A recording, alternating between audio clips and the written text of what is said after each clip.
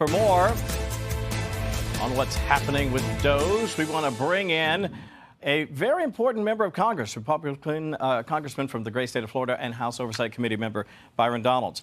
Great to have you with us, my friend. Listen, there are a number of people who are watching us today who will say, I want them to slash until we don't have to waste a penny. And yet, I think Dana Marie made a very interesting point in her report there. There are some people who are quite concerned here in Washington in particular that if you take a sledgehammer to the problem, maybe you end up with more problems than you realize. In fact, I want to echo that by sharing the soundbite from Ami Bera. Listen to this. Get your reaction on the other side. Look, President Trump got elected to do this. He's doing exactly what he ran on. I would not do it the way he's doing, but he's taking a sledgehammer to the federal government. There's going to be some remorse here because folks that voted for him, supported him, are going to lose some services. Some folks are going to lose some services. So there's some concern there. Can you understand where they're coming from, Congressman? I think it's important to set the entire record straight. We have to shrink the federal government. We don't have a choice. One of the reasons we have massive inflation in the United States from Joe Biden is because he massively increased the size of the federal government.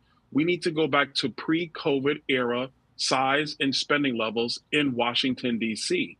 So that's what needs to happen. And for everybody who's thinking about this service or that service, I want to be perfectly clear. Interest on the debt is now the second largest item that we spend money on. And it's skyrocketing to be the number one item we spend money on in our country. If all we're doing is paying interest on money that we borrow, that interest is going to crowd out everybody's services, everybody's pet projects. The responsible thing to do is get government spending under control right now across the spectrum.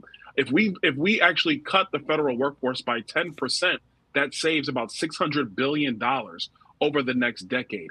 These are the type of cost-cutting measures that need to be done, because if we don't do the simple work now, there will be much more severe work that's going to have to be done in the future. Democrats won't be straight and honest with the American people about this, but this is why Donald Trump won, because he's bringing common sense reality back to Washington, D.C. You know, it's interesting you point something out there about this idea of sort of bait and switch. I don't know, I hate to put it this way, but there's a lot of gnashing of teeth here in the nation's capital and in other places by Democrats who suggest, Congressman, that, listen, we can't have access to the federal treasury. They don't want any changes to what's been going on for so many years. And yet, as you have argued articulately, I would point out, this is why we are where we are. Let me share a quick bite. This is Letitia James. She's talking about Doge access and why it is a danger to democracy. So all Americans should be concerned, and particularly the constituents of the great state of New York should be concerned about a private individual, the richest man in the world, having access to their personal information. And the question is whether or not they have followed the law. All right, 20 seconds or so left. Your reaction to the AG, who herself is under a lot of pressure right now. Yeah, this is the same lady that said Mar-a-Lago is worth $15 million. Yeah. Tish James doesn't know what she's talking about. She's just talking. The reality is we have to dig into all of the waste, fraud, and abuse at the federal level. Just last year, improper payments were more than $250 billion. Just last year. Tish James doesn't understand what it means to actually be able to measure wealth and to measure financial success, because she's the lady that said Mar-a-Lago was worth $15 million. I mean, give me a break. Yeah, a lot of people saw that and just continue to shake their head. Just look at Redfin. Pretty easy stuff. Congressman Byron Donalds, thank you, my friend. We appreciate your time on a Saturday. Best of luck this week. Thank you. Take it easy. Mm-hmm.